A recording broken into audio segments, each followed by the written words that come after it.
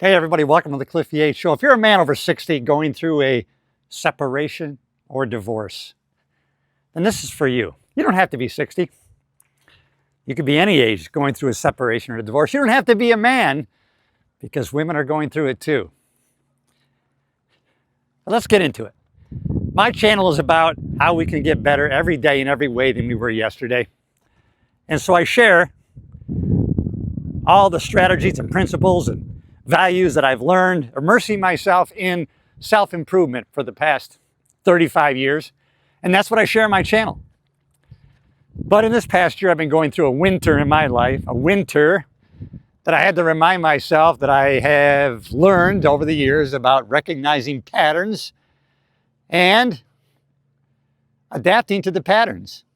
Knowing that if you're in a winter in your life, like it has been for thousands of years, spring follows winter. And that kind of helped me. But since over a year ago, the bomb drop came on me, my wife of 30 years, 23 years married, 30 years together, wanted a divorce. I guess maybe one of the reasons I titled this Men Over 60 Going Through a Separation or Divorce is because if you're 60 or over 50, you're going through separation or divorce, it was probably a long-term relationship or marriage. And I think that makes a big difference. To find yourself in your 50s and 60s or 70s, and now all of a sudden, you never anticipated. It was a bomb drop. In other words, it was an unwanted divorce. And then, you still have the love for your spouse. You're not the one to stop loving. They were, and that makes a big difference. But I want to encourage you, hang in there. Well, I'll tell you one thing that did not help me.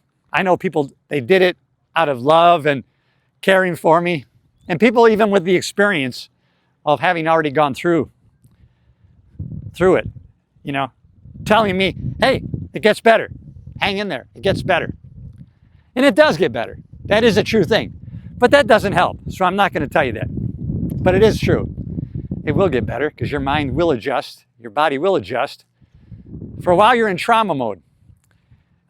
You're in devastation. You can be in great despair. I actually made a video called, divorce despair is real. It's a real thing. And so at first, you're going to have to go through those stages. Even though I spent years learning principles and values of self-improvement, how to control thoughts and my emotions and how to change your state at any time into a positive state. That doesn't give you a free pass to jump the line of anxiety, despair, and sadness. It's something we have to go through. But you know what? We go through it. I think that's something that a lot of people in the country today aren't coping with. Instead of going through something, right? It's going to be an episodic event. It's terrible, but you're going to get through it. So instead of dealing with the underlying problem, people are taking antidepressants, drugs, or drinking a lot. And so one thing I would encourage you to do, because at first there will be those sleepless nights. You're going to be waking up, bad dreams, you're in stress, cortisol. Now, I'm someone who, I drink socially. Although I just went the past 8 or 9 days, never had a drink, didn't think about it. I came up to my private island here, my private sanctuary in the middle of paradise, and I was just too busy doing chores. But then last night, I had my first glass of wine in a while. And so I'm someone who would have a glass of wine, maybe 2, but that's about it. Or I won't have anything unless I'm getting together with somebody. But when I was going through this, I thought, I've got to really focus. And I would encourage you to do the same thing. Focus on not doing that. In other words, I want to make sure I don't, you could go down a bad path as far as drinking is concerned. It's not going to make it better. It's going to maybe mask temporarily those feelings. But I know I concentrated. I go, you know what? I got to focus on my workouts. I've been working out regularly for the past 50 plus years. And so let me focus on working out even more. And that really changed my state and my emotions. It really helped me. It helped me to get tired so I could sleep at night better, but it definitely helped clear out those negative toxins that are built up in the body when you're going through such a traumatic experience. You don't know what's going to happen next. Yeah, the unknown is staring you at the face. It's a traumatic experience, and so you have to feel that, go through it. But there's things that you can focus on and do. Mine was focusing on my workouts, and then really focusing on working on myself. As much as people say, work on yourself, you really do have to focus in on yourself. What can I do? I'm kind of at the mercy of what someone else has now bomb dropped me, but what can I do? What can I focus on? And that really will help you, because you can intentionally change your focus. And I started learning a lot about relationships and about specifically divorce and separation. Of course, when you start searching online, you will get all sorts of videos fed to you on divorce and separation, which was great for me, because all of a sudden I was learning, wow, I didn't realize there was such an epidemic in this world, well, specifically America, with divorce. There's an epidemic in this country. It's an epidemic. There's really two groups, right? I found this group called, on Facebook, Marriages Destroyed by SSRIs, Antidepressants. And then all of a sudden it took me about, 6 months. And then I was pretty much an expert in SSRIs. SSRIs, selective serotonin reuptake inhibitors. That's a class of drugs like Prozac, Cymbalta, Trintellix, Wellbutrin.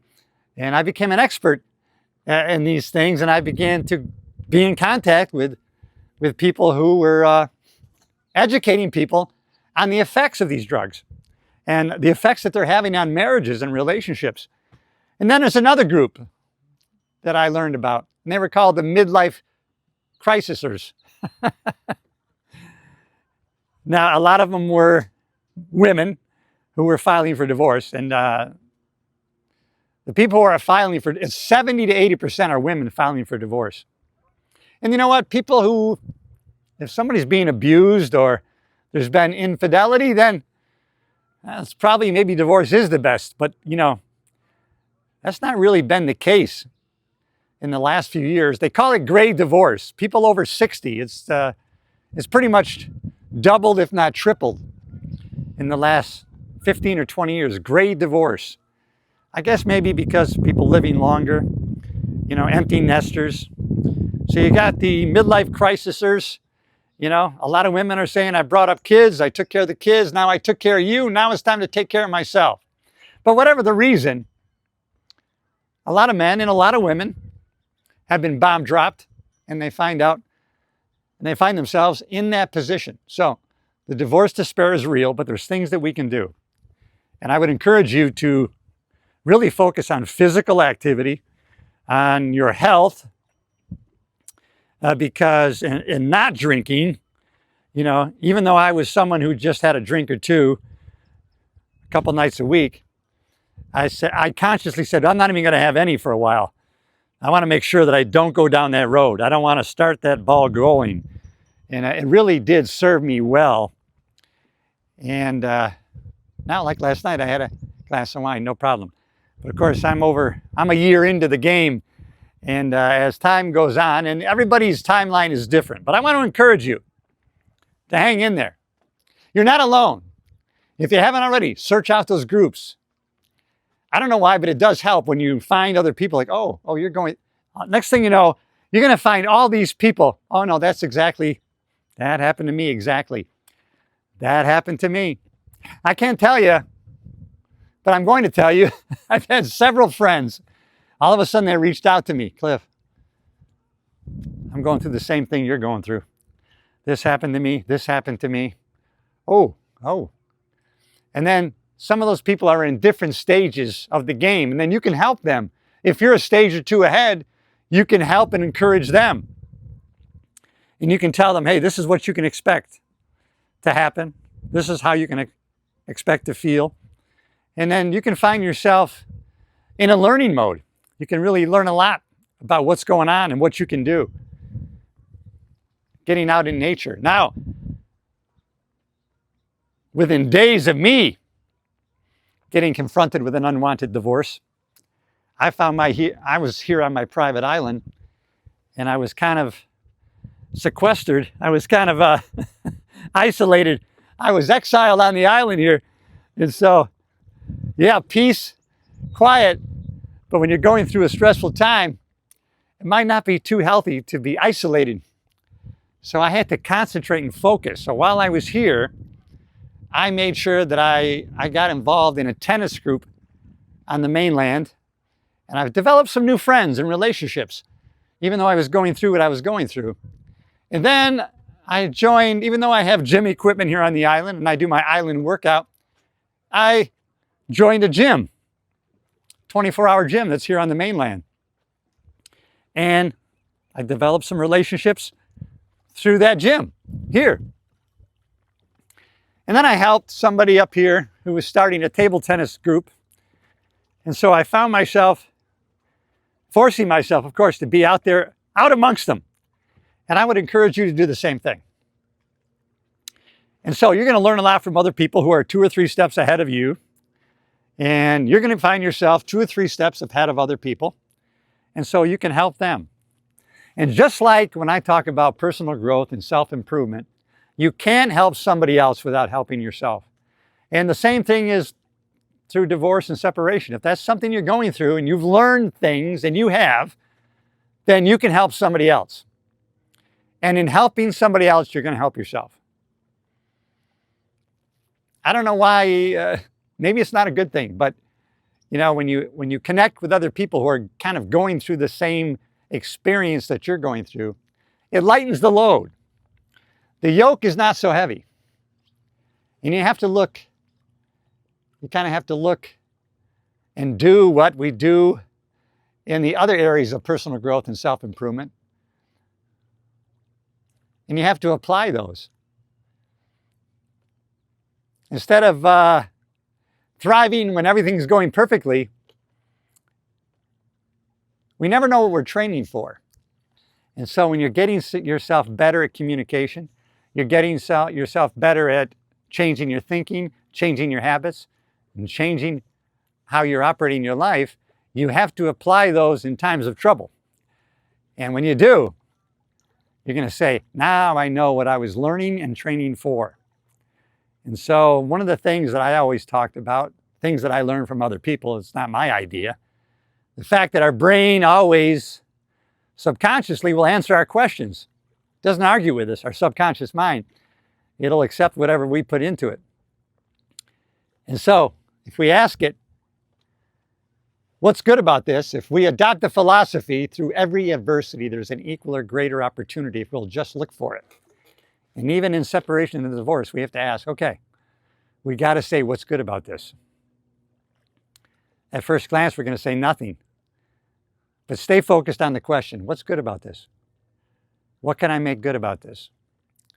And you'll come up with some reasons and some ways that you can apply to the way you're living. And you know, initially, it might be just getting through to tomorrow. What can I do today?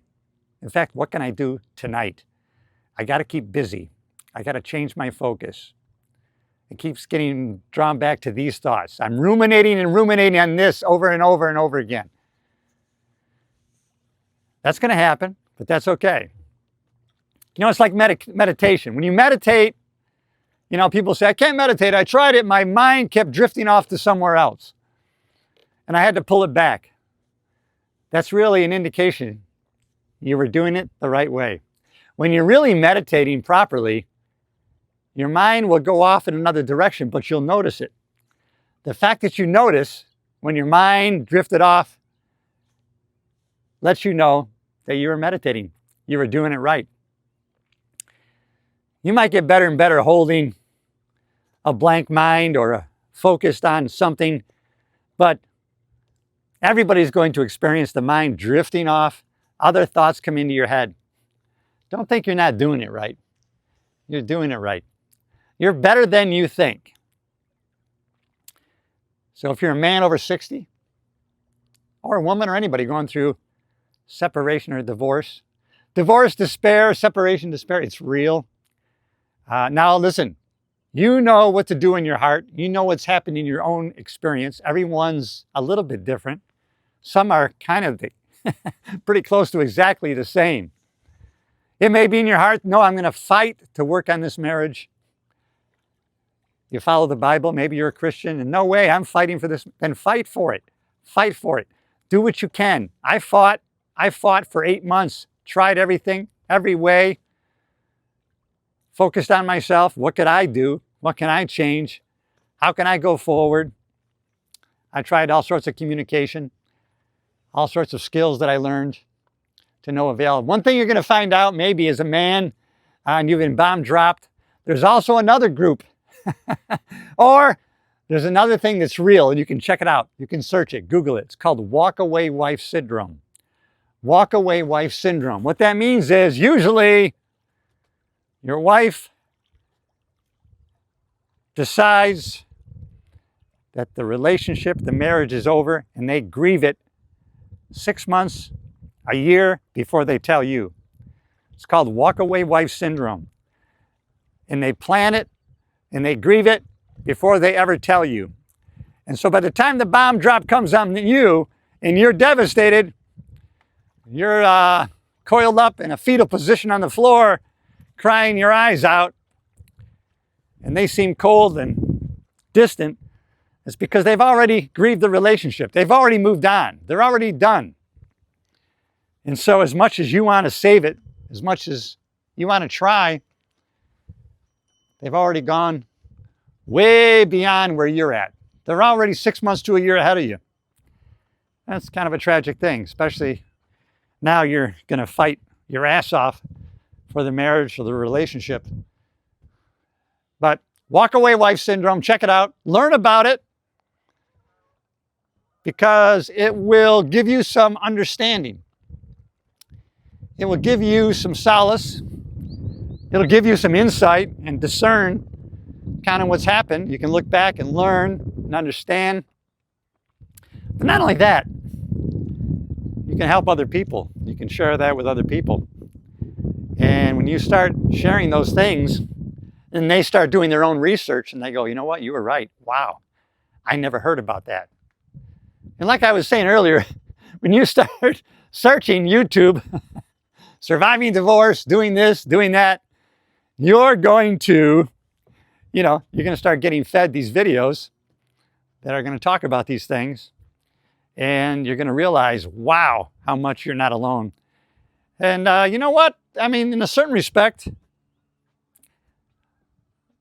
it doesn't have the stigma that it used to have. All of a sudden, it's not such an odd thing. Party of one. You got to get comfortable with yourself, your own company. I used to think for years, probably 50 years of my life, that wow, every great experience, I wish I was sharing this with somebody. I'm looking for a life partner I can share great experiences with. It's going to be so much much richer. But you know what? You can enjoy experiences on your own, by yourself. And who knows who you're becoming great for in the future. Next thing you know, you're going to be someone's Mr. Wonderful. Hey, maybe if you're a lady, you're going to be someone's Mrs. Wonderful. You know what? And everything that you're doing today to make yourself better in every way than you were yesterday is going to benefit the next relationship. You don't know when that's coming. You got to trust it. If it's going to happen, it's going to happen. But you're going to find friends. You're going to find people that you're going to associate with. And you're going to say, like I have to a couple of my friends, I go, hey, Al, man, you live by yourself. You're out in the middle of nowhere. How do you deal with that? And you're going to have friends like Al who's going to say to you, oh, Cliff, I prefer it. I love my life. I enjoy myself, you know? And so some people have learned to love being by themselves. That's never something I've ever wanted.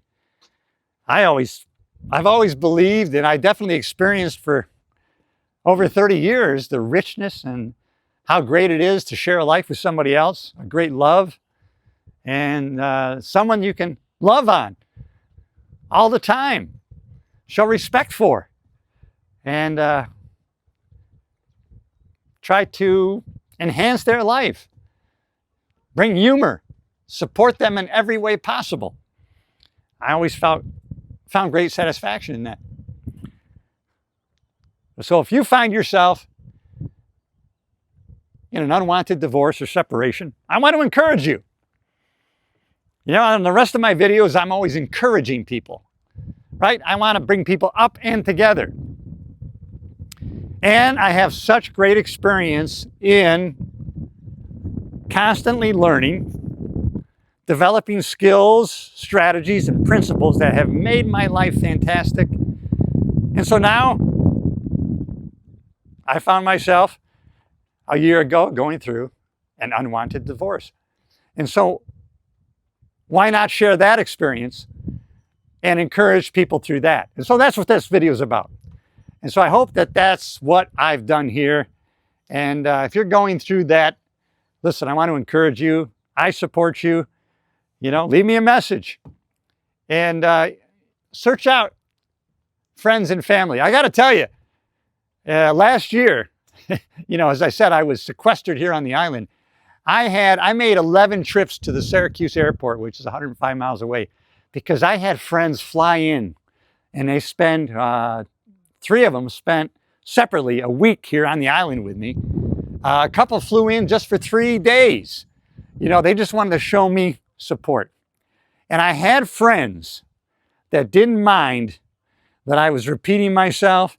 I kept telling the same old story 50 times again and again. But I had those kind of friends that I have developed over the past 40, 50 years. And they were, you know, one thing you're going to find out, who your true friends are. Who hangs around when the shit hits the fan? Who's left standing there? Boy, did I find out what a group of family and friends that I had. And now I find myself being there for other people the way other people were there for me, because I know what that meant to me. So I know the value that I can provide to somebody else, to be there for them, just maybe in listening. I don't know why. Maybe that's why sometimes that kind of therapy works. You know, talk therapy instead of drugs. You know, back to the days when people just laid on the couch and talked, I guess, to their therapist. But just talking it out. I have to tell you, I would call people and I would just dump on them, right? I would just vent to them. And a couple of times I said, man, I'm so sorry. I'm dumping this on you again. And no, they were there for me. But I have to tell you how much that meant for me. How much I felt so much better. Sometimes it was the same old venting and dumping, and it was a different person, and sometimes it was the same person. But venting and dumping on someone, so hopefully you have that. If you have that in somebody else, I found it made me feel better. And I would tell people, hey, you know what, thanks for letting me dump and vent, because it definitely made me feel better.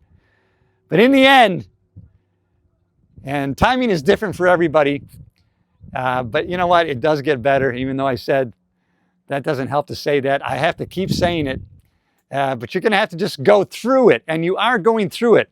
It seems like the darkest tunnel in the world, but guess what? Look way up ahead. You might see a little bit of a light. You see a little bit of a light in that tunnel. That lets you know there is an end to it. And so you're in a season. That's right, you're in a winter. And just like nature teaches us to recognize patterns and seasons, spring always follows winter. Always, spring is coming.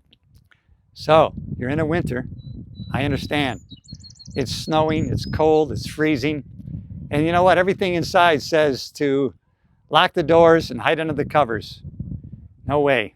Put on your jacket, put on your boots, take out your snow skis, and ski. It's just a metaphor. Get out there and do it. No matter what you're going through in this season, enjoy this season the best you can, knowing spring's coming. Spring is coming, everybody. All right, if you haven't already, give me a subscribe, give me a like, thumbs up, and leave me a comment. I really hope, even if it's just one person, maybe this helped somebody that's going through this winter season of a separation and or divorce. The despair is real, but it is an episodic condition. It's an episode that you're going to get through. You're going through it. What's that saying? If you're going through hell, don't stop, keep on going. That's an absolutely true thing. Keep going. Keep moving. You got this, everybody. You got a life to live. All right, I'll see you in the next episode.